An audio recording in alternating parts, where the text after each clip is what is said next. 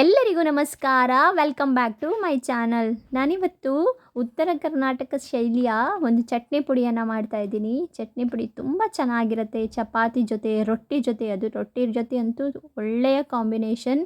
ಇದಕ್ಕೆ ಮೊಸರನ್ನ ಹಾಕಿ ತಿಂತಾ ಇದ್ದರೆ ಎಷ್ಟು ರೊಟ್ಟಿ ಬೇಕಾದರೂ ತಿನ್ಬೋದು. ನಾನು ಇದನ್ನು ಹೇಗೆ ಮಾಡೋದು ಅಂತ ಹೇಳ್ತಾ ಇದ್ದೀನಿ. ಇಲ್ಲಿ ಒಂದು 15 ಬ್ಯಾಡಿಗೆ ಮೆಣಸಿನಕಾಯಿಯನ್ನು ತೊಗೊಂಡಿದ್ದೀನಿ. ಒಂದು ಹಿಡಿಯಷ್ಟು ಕರಿಬೇವಿನ ಎಲೆಗಳು, ಒಂದು 15ರಿಂದ 20 ಬೆಳ್ಳುಳ್ಳಿಯನ್ನು ತೊಗೊಂಡಿದ್ದೀನಿ, ಒಂದು ಸ್ಪೂನಷ್ಟು ಜೀರಿಗೆ, ಹಾಗೆ ಒಂದು ಲಿಂಬೆಹಣ್ಣಿನ ಸೈಜಷ್ಟು ಹುಣಸೆ ಹಣ್ಣು, ಒಂದು ಸ್ಪೂನಷ್ಟು ಅರಿಶಿನ ಪುಡಿ, ಹಾಗೆ ಒಂದು ದೊಡ್ಡ ಕಪ್ಪಿನಲ್ಲಿ ನಾನು ಕಡಲೆ ಬೀಜವನ್ನು ತೊಗೊಂಡಿದ್ದೀನಿ. ನಮ್ಮ ಕಡೆ ನೆಲಗಡಲೆ ಬೀಜ ಅಂತೀವಿ. ಇದನ್ನು ತೊಗೊಂಡಿದ್ದೀವಿ. ಇದನ್ನು ನೆಲಗಡಲೆ ಬೀಜವನ್ನು ಚೆನ್ನಾಗಿ ಹುರ್ಕೋಬೇಕು. ಅದು ಚಿಟಪಟ ಅಂತ ಸಿಡಿಬೇಕು. ಅಲ್ಲಿವರೆಗೆ ನಾವು ನೀಟಾಗಿ ಲೋ ಫ್ಲೇಮಲ್ಲಿ, ಒಂದು ಮೀಡಿಯಮ್ ಫ್ಲೇಮಲ್ಲಿ ಇಟ್ಕೊಂಡು ಚೆನ್ನಾಗಿ ಹುರ್ಕೋಬೇಕು. ನಾವು ಎಷ್ಟು ಚೆನ್ನಾಗಿ ಹುರಿತೀವಿ ನಮ್ಮ ಚಟ್ನಿ ಪುಡಿ ಅಷ್ಟೇ ಚೆನ್ನಾಗಿ ಬರ್ತದೆ. ಹೈ ಫ್ಲೇಮಲ್ಲಿ ಇಟ್ಕೊಂಡ್ರೆ ಏನಂತೆ ಫಸ್ಟಿಗೆ ಕಪ್ಪಾಗಿಬಿಡುತ್ತೆ ಮತ್ತು ನಮಗೆ ಹುರಿಲಿಕ್ಕೆ ಆಗೋದಿಲ್ಲ. ಅದಕ್ಕೆ ಸ್ವಲ್ಪ ಮೀಡಿಯಮ್ ಫ್ಲೇಮಲ್ಲಿ ಇಟ್ಕೊಂಡು ನೀಟಾಗಿ ಹುರ್ಕೋಬೇಕು. ನೋಡ್ತಿರ್ಬೋದು, ಇದು ಚಿಟಪಟ ಅಂತ ಸಿಡ್ದಿದೆ. ಈಗ ನಾನು ಇದನ್ನು ಸೈಡಲ್ಲಿ ಇಟ್ಕೊಂಡು ಫುಲ್ ಆರಕ್ಕೆ ಬಿಡ್ತಾ ಇದ್ದೀನಿ. ಇದಕ್ಕೆ ನಾನು ಒಂದು 15ರಷ್ಟು ಏನು ತೊಗೊಂಡಿದ್ದೀನಿ ಬ್ಯಾಡಿಗೆ ಮೆಣಸಿನ ಕೋಡನ್ನು, ಅದನ್ನು ಹಾಕ್ತಾಯಿದ್ದೀನಿ. ಇದಕ್ಕೆ ಖಾರಕ್ಕೆ ತುಂಬ ಖಾರ ಬೇಕು ಅನ್ನೋರು ಎಕ್ಸ್ಟ್ರಾ ಬೇರೆ ಘಾಟಿ ಮೆಣಸಿನ ಕೋಡನ್ನು ಸ್ವಲ್ಪ ಒಂದು 5-6 ಆ್ಯಡ್ ಮಾಡ್ಕೋಬೋದು. ನಾನಿಲ್ಲಿ ಕರಿಬೇವಿನ ಎಲೆಗಳನ್ನು ಅದೇ ಬಾಣಲೆಯಲ್ಲಿ ಇಟ್ಟು ಫ್ರೈ ಮಾಡ್ತಾಯಿದ್ದೀನಿ. ನೋಡ್ತಿರ್ಬೋದು, ತುಂಬ ಚೆನ್ನಾಗಿ ಬರ್ತದೆ ಈ ಚಟ್ನಿ ಪುಡಿ.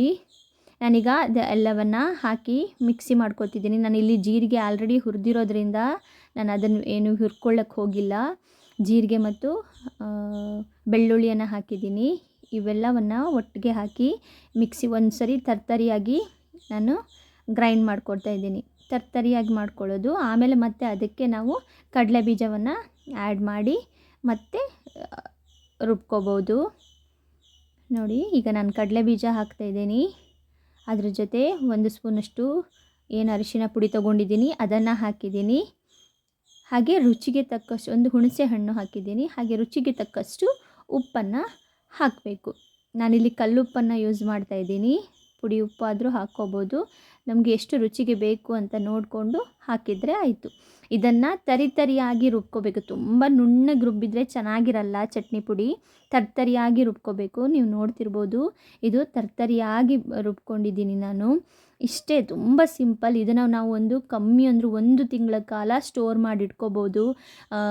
ಚಪಾತಿ ಜೊತೆ, ರೊಟ್ಟಿ ಜೊತೆ. ನಮ್ಮ ಮನೇಲಂತೂ ಇದು ತಿಂಗಳಲ್ಲಿ 1 kg ಅಷ್ಟು ಖಾಲಿ ಆಗಿಬಿಡತ್ತೆ. ಬಟ್ ಇಲ್ಲಿ ಇನ್ನೂ ಜಾಸ್ತಿ ತಿಂತಾರೆ. ನಾವು ಕುಂದಾಪುರದವರಾಗಿರೋದ್ರಿಂದ ಸ್ವಲ್ಪ ಕಮ್ಮಿ ತಿಂತೀವಿ. ಬಟ್ ಇಲ್ಲಿ ಡೈಲಿ ಚಟ್ನಿ ಪುಡಿ, ಗುರೆಳ್ ಪುಡಿ ಇಂಥವೆಲ್ಲ ಡೈಲಿ ಬೇಕೇ ಅವರಿಗೆ. ಅಷ್ಟು ಚೆನ್ನಾಗಿ ಮಾಡ್ತಾರೆ. ರೊಟ್ಟಿ ಆಗಿರ್ಬೋದು, ಆ ಚಟ್ನಿ ಪುಡಿಗಳೆಲ್ಲ ಈ ರೀತಿ ನಾವು ಮಾಡಿಟ್ಕೊಂಡ್ರೆ ಚಪಾತಿ ಜೊತೆ ಎಲ್ಲ, ದೋಸೆ ಜೊತೆನೂ ಹಾಕೋಬೋದು. ಮಕ್ಕಳಿಗೆ ಚೆನ್ನಾಗಿರುತ್ತೆ. ಇದ್ರ ಜೊತೆ ಮೊಸರು ಹಾಕ್ಕೊಂಡು ತಿಂತಾಯಿದ್ರೆ ಖಾಲಿ ಆಗಿರೋದೇ ಗೊತ್ತಾಗಲ್ಲ. ಚಪಾತಿ ಆಗಿರ್ಬೋದು, ರೊಟ್ಟಿ ಆಗಿರ್ಬೋದು. ನಾವೆಲ್ಲ ದೋಸೆಗೂ ಕೂಡ ಅದನ್ನು ಹಾಕ್ಕೊಂಡು ತಿಂತೀವಿ. ಅಷ್ಟು ರುಚಿಯಾಗಿರುತ್ತೆ. ನಿಮಗೂ ಈ ರೆಸಿಪಿ ಇಷ್ಟ ಆಗಿದ್ದರೆ ಒಂದು ಸರಿ ಟ್ರೈ ಮಾಡಿ. ನೀವು ನೋಡ್ತಿರ್ಬೋದು ಎಷ್ಟು ಉದ್ರುದ್ರಾಗಿ ಎಷ್ಟು ಚೆನ್ನಾಗಿ ಬಂದಿದೆ ಅಂತ. ಅಷ್ಟೇ ಟೇಸ್ಟಿಯಾಗಿರ್ತದೆ. ನಾನು ಮಾಡಿರುವಂಥ ಈ ರೆಸಿಪಿ ನಿಮಗಿಷ್ಟ ಆದರೆ ಒಂದು ಲೈಕ್ ಮಾಡಿ, ಶೇರ್ ಮಾಡಿ, ಹಾಗೆ ನೀವು ಒಂದು ಸರಿ ಟ್ರೈ ಮಾಡಿ ಕಮೆಂಟ್ ಮೂಲಕ ಹೇಗಾಗಿದೆ ಅಂತ ತಿಳಿಸಿ. Thank you so much.